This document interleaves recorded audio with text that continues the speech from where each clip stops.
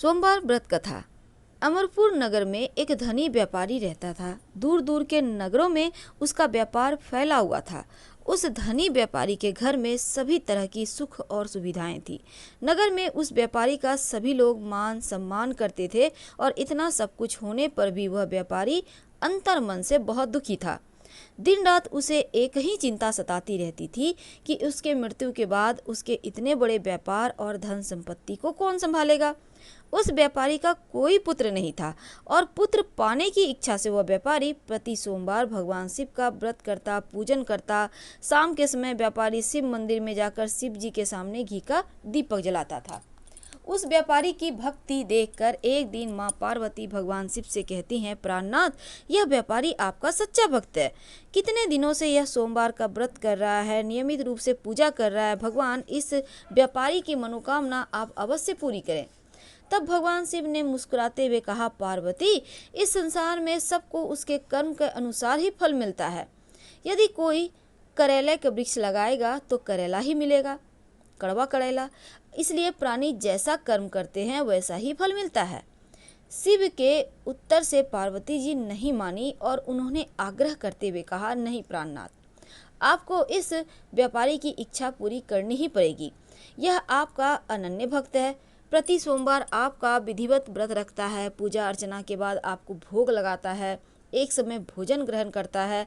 आपको इसे पुत्र प्राप्ति का वरदान देना ही होगा। अब माँ पार्वती का आग्रह देखकर भगवान शिव कहते हैं, तुम्हारे आग्रह करने पर मैं इस व्यापारी को पुत्र प्राप्ति का वरदान देता हूँ, लेकिन इसका पुत्र 16 वर्ष से अधिक जीवित नहीं रहेगा। भगवान शिव ने स्वप्न में उस व्यापारी को दर्शन देकर पुत्र प्राप्ति का वरदान दिया और उसके पुत्र के 16 वर्ष तक जीवित रहने की बात भी बतलाई। भगवान शिव के वरदान से व्यापारी को खुशी भी हुई, लेकिन पुत्र की अल्पायु की चिंता ने उस खुशी को नष्ट कर दिया। अब व्यापारी पहले की तरह सोमवार का विधिवत व्रत रखता रहा। कुछ महीने बीत जाने पर व्यापारी की पत्नी ने गर्भ धारण किया और 9 महीने पश्चात उसके घर अति सुंदर पुत्र उत्पन्न हुआ। पुत्र जन्म से व्यापारी के घर में खुशियां भर गई। बहुत धूमधाम से पुत्र जन्म का समारोह मनाया गया, लेकिन व्यापारी को पुत्र जन्म की अधिक खुशी नहीं हुई, क्योंकि उसे पुत्र की अल्पायु का रहस्य पता था। अब व्यापारी ने पुत्र की अल्पायु का रहस्य घर में किसी को नहीं बताया और विद्वान ब्राह्मणों ने उस पुत्र का नाम अमर रखा। जब उस व्यापारी का पुत्र अमर 12 वर्ष का हुआ तो उसे शिक्षा के लिए वाराणसी भेजने का निश्चय किया गया और व्यापारी ने अपने साले को बुलवा कर कहा, दीपचंद, अमर को वाराणसी छोड़ाओ, यह वहाँ रहकर शिक्षा प्राप्त करेगा। व्यापारी ने दीपचंद को बहुत सा धन देकर अमर के साथ विदा किया। अब रास्ते में जहाँ भी अमर और दीपचंद रात्रि में विश्राम करने के लिए ठहरते, वहीं पर यज्ञ करते, ब्राह्मणों को भोजन करवाते। लंबी यात्रा के बाद अमर और दीपचंद एक बड़े नगर में पहुँचते हैं। उस नगर के राजा की कन्या के विवाह की खुशी में पूरे नगर को खूब सजाया गया था। निश्चित समय पर बारात आ गई, लेकिन बारात आने के बाद वर के पिता को बहुत ही चिंता थी, क्योंकि वर का एक आंख से काना था। अब वर का पिता सोच रहा था कि इस बात का भय था उसे कि राजा अगर इस वर के काना होने के बारे में जान जाएंगे तो कहीं विवाह से इनकार ना कर दे। राजा ने इनकार कर दिया तो बारात को वापस लौट के ले जाना पड़ेगा और यदि ऐसा हुआ तो बड़ी बदनामी होगी। अब वर के पिता ने व्यापारी के बेटे अमर को देखा तो उसके मस्तिष्क में एक विचार आया। उसने सोचा, क्यों ना इस लड़के को दूल्हा बनाकर राजकुमारी से विवाह करवा दूं। विवाह के बाद इस लड़के को धन देकर विदा कर दूंगा और मैं राजकुमारी को अपने नगर ले जाऊंगा।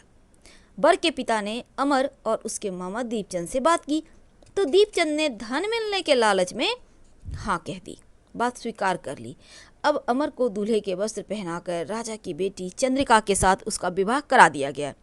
राजा ने बहुत सा धन देकर राजकुमारी को विदा किया। अमर ने वहाँ से लौटते समय राजकुमारी को पलंग पर सोते हुए देखा तो उसे भोली सूरत देखकर सच्चाई छिपा न सका और उसने राजकुमारी की ओढ़नी पर लिख दिया, राजकुमारी चंद्रिका, तुम्हारा विवाह तो मेरे साथ हुआ था। मैं तो वाराणसी में शिक्षा प्राप्त करने जा रहा हूँ। अब तुम्हें जिस नवयुवक की पत्नी बनना पड़ेगा वह एक आंख से काना है। अब सुबह उठने पर राजकुमारी अपनी ओढ़नी पर लिखा हुआ पढ़ती है तो शोर मचाती है और उस काने लड़के के साथ जाने से इनकार कर दिया। राजा ने सब बातें जानकर राजकुमारी को महल में रख लिया। उधर अमर अपने मामा दीपचंद के साथ वाराणसी पहुंच गया। अमर ने गुरुकुल में पढ़ना शुरू किया। जब अमर की आयु 16 वर्ष की हुई तो उसने एक यज्ञ किया। यज्ञ की समाप्ति पर ब्राह्मणों को भोजन कराया, खूब अन्न वस्त्र दान दिए। तभी अमर ने कहा, मामा जी मेरी तबीयत ठीक नहीं है, मैं सोना चाहता हूँ। अमर अपने शयन कक्ष में जाकर बिस्तर पर सो गया। शिव के वरदान के अनुसार सोते सोते अमर के प्राण पखेरु उड़ गए। सूर्योदय होने पर मामा ने अमर को जगाया तो उसे मृत देखकर रोने पीटने लगा। आसपास के लोग भी एकत्र होकर दुख प्रकट करने लगे। मामा के रोने के विलाप के स्वर समीप से गुजरते हुए भगवान शिव और माँ पार्वती ने भी सुना। तब माँ पार्वती भगवान से कहती हैं, प्राणनाथ, मुझसे यह रोने का स्वर सहन नहीं हो रहा, आप इस व्यक्ति के कष्ट को अवश्य दूर करें। भगवान शिव ने पार्वती के साथ अदृश्य रूप में समीप जाकर अमर को देखा तो पार्वती से कहते हैं शिव जी, पार्वती यह तो उसी व्यापारी का पुत्र है। मैंने इसे 16 वर्ष का आयु का वरदान दिया था, इसकी आयु पूरी हो गई, इसके प्राण पखेरु उड़ गए।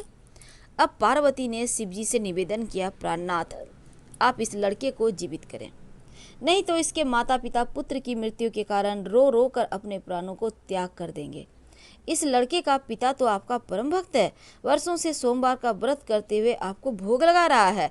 पार्वती के आग्रह करने पर भगवान शिव ने उस लड़के को जीवित होने का वरदान दिया और कुछ ही पल में वह जीवित होकर उठ बैठा। सारा वातावरण खुशियों से भर गया। शिक्षा का समापन करके अमर अपने मामा दीपचंद के साथ अपने नगर की ओर चल दिया। दोनों चलते हुए उसी नगर में पहुंचते हैं जहां अमर का विवाह हुआ था और उस नगर में भी अमर ने यज्ञ का आयोजन किया है। तब समीप से गुजरते हुए नगर के राजा यज्ञ का आयोजन देखते हैं और अमर को देखते ही पहचान जाते हैं। यज्ञ समाप्त होने पर राजा अमर और उसके मामा को लेकर महल में आए। कुछ दिन उन्हें महल में रखकर बहुत सा धन वस्त्र राजकुमारी के साथ देकर विदा किया। रास्ते में सुरक्षा के लिए राजा ने बहुत से सैनिकों को भी भेज दिया।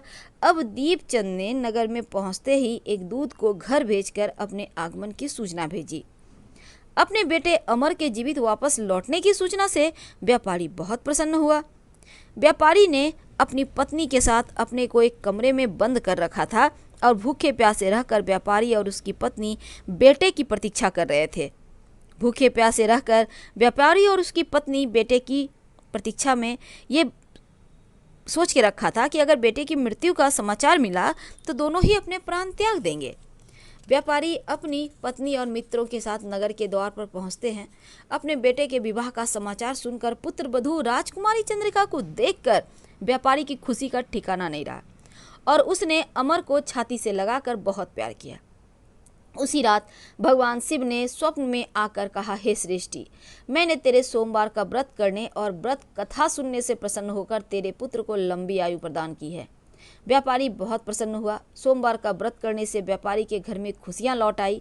शास्त्रों में लिखा है कि जो स्त्री पुरुष सोमवार का विधिवत व्रत करते हैं, कथा सुनते हैं, उनकी सभी इच्छाएं शिव जी पूरी करते हैं।